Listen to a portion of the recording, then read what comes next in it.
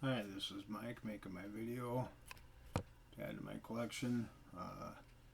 Today's the 31st of March 2025 and it's 2 o'clock in the morning AM. Yeah, I'm making this video to talk about, basically, my ideas about manifestation, miracle working, the state of being that I'm in, you know, basically my thoughts on things. So anyway, yeah, I've manifested a lot of stuff in my life, endless things, and I've lost a lot of things, but through it all, I've come out ahead. I've they say that in the Kundalini fire, you know, uh, those things that are left over after the fire are yours. So that could be a deficit. That could be, basically an advancement in property that you have, that you've gained. A lot of spiritual things. When the windows of heaven open up and give you a blessing so big you can't contain it, your cup will overflow. So, basically, I found that I've got a lot of material things, but then, I've got, a lot of spiritual things too, and miraculous things, miracles that I've done. And, more or less, everything exists on the outside of myself. Everything that exists outside of me is actually on the inside. Uh, it's not. It's not like everything's solid and fixed. Actually, it's fluid and it's changing, and things change, and the state of things change. So everything's in flux, and everything exists on the inside of me. So when I observe something, I make it real. I give it life, and it's not like I'm a lot bigger actually than what I think I am. It's in fact the universe is me, and I am the universe.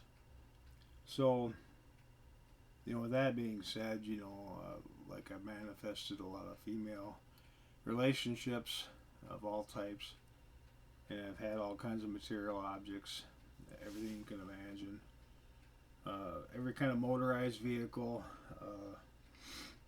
basically, and I got stacks and stacks of things, and the thing is sometimes I feel like there's an empty spot, and a little area of my life that needs to be addressed, and I basically need to find it, and sometimes I get to the point where I feel empty, even though I have a lot of material things. I don't have females in my life right now. I decided to cut them out. And the reason being is women are expensive.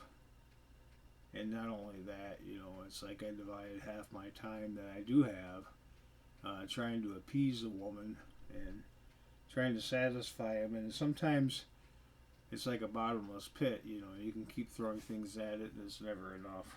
So that's why I decided to give up on the idea of chasing women. And wine, meaning alcohol, but then again, it also means wine, meaning wisdom. Certain types of wisdom, certain things, useless knowledge, I find that, there's things that I don't have a use for anymore. And it'd behoove me not to chase after certain things anymore, like certain types of degrees, certain types of education. It doesn't pay to have a college education anymore. Not for me anyway. It's like I really don't have the desire to pursue stuff like that. So anyhow, I find little things to keep me entertained. Like I got my computers and video game systems, and I got my Meta Quest, and I can see any naked woman I want, really. So that really doesn't seem to be something that I'm chasing after. And basically, uh, I'll find something at a thrift store, or basically a pawn shop, or what, a secondhand store, and then basically I'll buy it or whatever, and then it gives me something to do, something to tinker with. And even though it might be a little bit bigger and bulkier, it seems to be useful to me. So then I find a use for it. So there's that, and then basically I live a simple life. Not incredibly simple. I mean, as simple as it gets is probably to be institutionalized, and I'm not really crazy about something like that. So, anyhow, basically, I don't buy new cars. I don't buy a lot of cars. I got one that's operational, and the way I drive it, it should last me a long time. And there's no point in having a whole fleet of cars, when each and every one of them, are going to need repairs. They'll gobble up all my money, and not only that, you got to find a place to put them. They take up a lot of room. So anyway, I got away from cars. I got away from women. I got away from secondary education. I don't need student loans, debt. And, I basically don't have a pet, a dog or a cat or a rat or a bird or whatever. I won't even have a goldfish, because what happens is I end up neglecting them. And it's not fair to the animal. It's not something I can really afford to do, is feed a dog or a cat. And I don't want cat litter boxes and this and that. So I'm into animism, and I'm into living a simple life. I'm not interested in buying a new house. Houses are crazy expensive, and it got to the point where I just rent, and I rent a motel room, and it's enough room for me. If I want to escape this world, I put on my goggles, or maybe I'll go for a drive to the store or whatever. But I don't like to answer to other people. I don't have friends. I don't need a bunch of friends to run around with and play around with, play games. So anyway, all those things, I basically cut out of my life. I cut my own hair. I'll eat food out of a can, smoke cigarettes out of a bag, and I buy everything used, and even clothes, pants, and I take solace in simple things.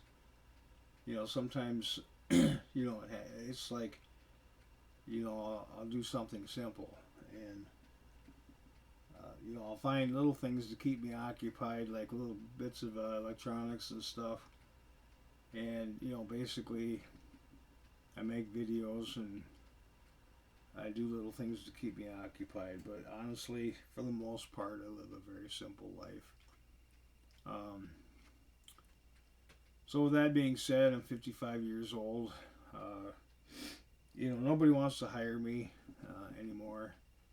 And it's like, I don't really feel like working. I haven't worked in 20 years. I've been on retirement for 20 years, and I haven't done anything major. I mean, I've done a lot of things. I've accomplished a lot, but I don't really chase after the dragon. I don't chase after miracles anymore. I mean, if something was to happen, it would happen, but I'm not really crazy about foregoing all the trials and tribulations and tests that I have to go through in order to find a miracle. It's like lightning striking twice. If it's already stricken once, and chances of it striking again are almost impossible. I have to have a burning desire for something before I can truly say that it's something that I'm chasing after. And I don't necessarily chase after things, I just allow things to happen. So it's the art of allowing, the law of least effort. Sometimes I just sit back and relax and do my thing. Sometimes I'll stumble across something and so, oh wow, there's this. I've been looking for this for a long time, and it's there.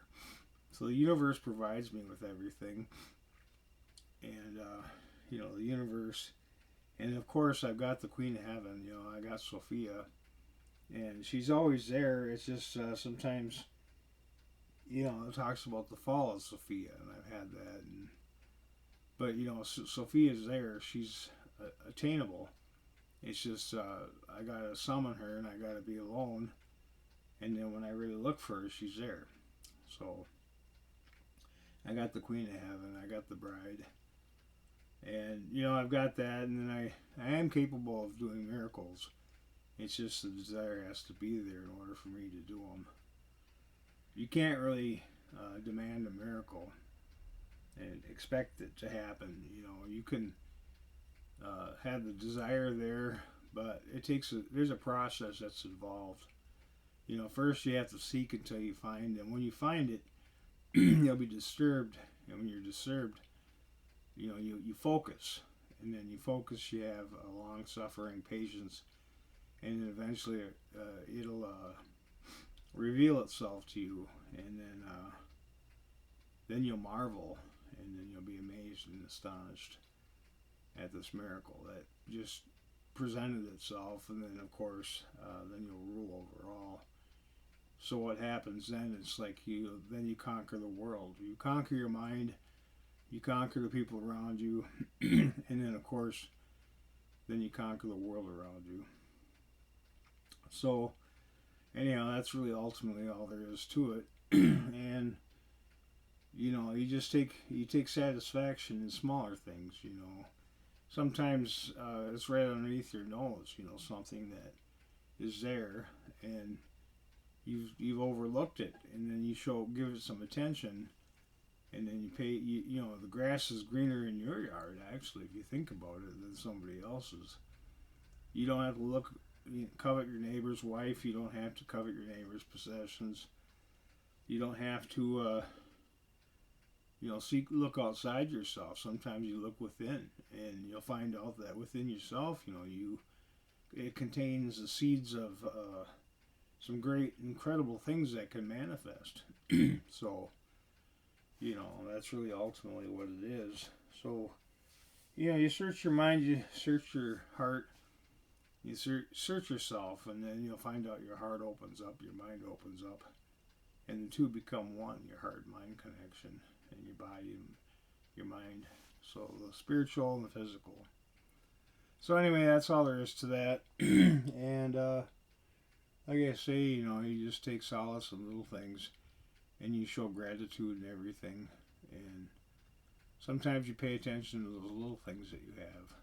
The little things sometimes are there, and then you can basically have great enjoyment out of the things you do have. You don't always have to buy new things all the time. You don't have to have the fastest and the most advanced thing in the world sometimes. You don't have to have the fastest car, and you don't have to be number one. Sometimes if you just sit back and you'll be called to the front of the classroom, or you'll be called to the front to have dinner with the king. So sometimes you don't have to push yourself that hard. You don't always have to be number one. So anyway, that's all I really have to say.